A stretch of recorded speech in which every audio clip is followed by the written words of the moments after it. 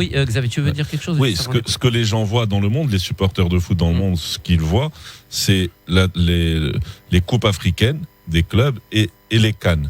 Et là-dessus, il y a un grand effort à faire pour que je pense que l'objectif de la CAF, ce serait de dépasser la CONMEBOL et la Ligue et la Confédération asiatique au niveau de l'attrait, avec 54 pays. Je pense que si on fait de bonnes CAN, parce que tu vois, la dernière Copa América, jusqu'en demi, il n'y avait pas d'attrait.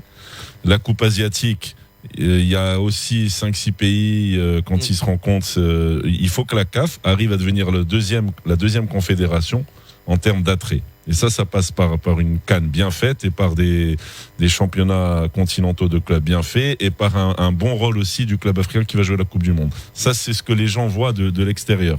Et pour arriver à ça, il faut beaucoup travailler, beaucoup au niveau de l'organisation, au niveau des cadres de la CAF, améliorer tout ce qui est marketing, tout ce qui est organisation. Exactement. Là, je voulais ouvrir une petite parenthèse, si tu permets, Mourad. Excuse-moi, Amine. Hein, c'est vrai, tu as bien fait justement, Xavier, de parler de la CAN. Le problème de la CAN, c'est quoi? C'est que d'abord, la plupart des joueurs évoluent dans les championnats étrangers, et la plupart des joueurs, avant de quitter le club, qu'est-ce qu'il lui dit, l'entraîneur?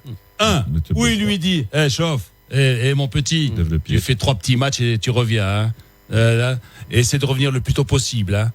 Voilà. Donc, il faut que la CAN, comme la Coupe d'Europe, comme la Copa América, se dispute à la fin, en même temps, à la fin des qu'on le veuille ou non, la vérité elle est en Europe. Hein. Excusez-moi, vous avez vu encore l'Euro. Hein. Oui, mais donc si tu as la plupart de tes joueurs qui évoluent en Europe, je suis désolé, mais tu dois t'aligner sur. Mais ils l'ont fait. C'est ce qui a été décidé, Lino. Ça y est, c'est bon. Il y a le Covid qui a empêché ça, mais ça a été décidé. C'est pour ça. Il y a moins de pression sur les joueurs. Voilà. Et là, quand ça sera à la fin de la saison, les championnats sont terminés, etc.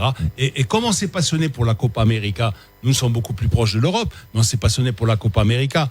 Pas de manière démesurée, hein, parce que franchement, j'ai revu encore des images d'Argentine. J'ai vu des agressions sur Neymar. Bon, j'ai pas une sympathie particulière par Neymar, mais c'est des bouchées. C'était des matchs corporatifs que je voyais au Stade Philippe quand j'étais gamin.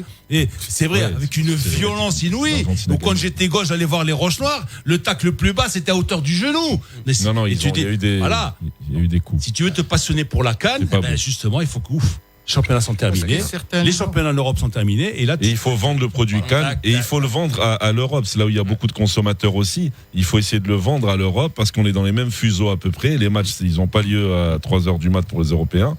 Ou 1h du mat, ils ont lieu à des heures de prime. Voilà, il y a un effort profiter des diasporas. Et des diasporas, les joueurs qui jouent à l'étranger, les Marocains, les Africains qui vivent en Europe. Les millions d'Africains qui vivent en Europe. Mais tu sais ce qu'il faut faire, Lino, ce que la CAF devrait faire aussi, c'est un petit point, mais juste au niveau marketing, la CAF, elle devrait organiser en Europe des championnats de sélection de la diaspora. Et c'est-à-dire que on va jouer l'Euro des Ghanéens d'Europe, des Marocains d'Europe, des Algériens d'Europe. Oui, mais il faut le faire en Europe. Ça coûte de l'argent. Non, je parle de l'organiser vraiment de manière officielle.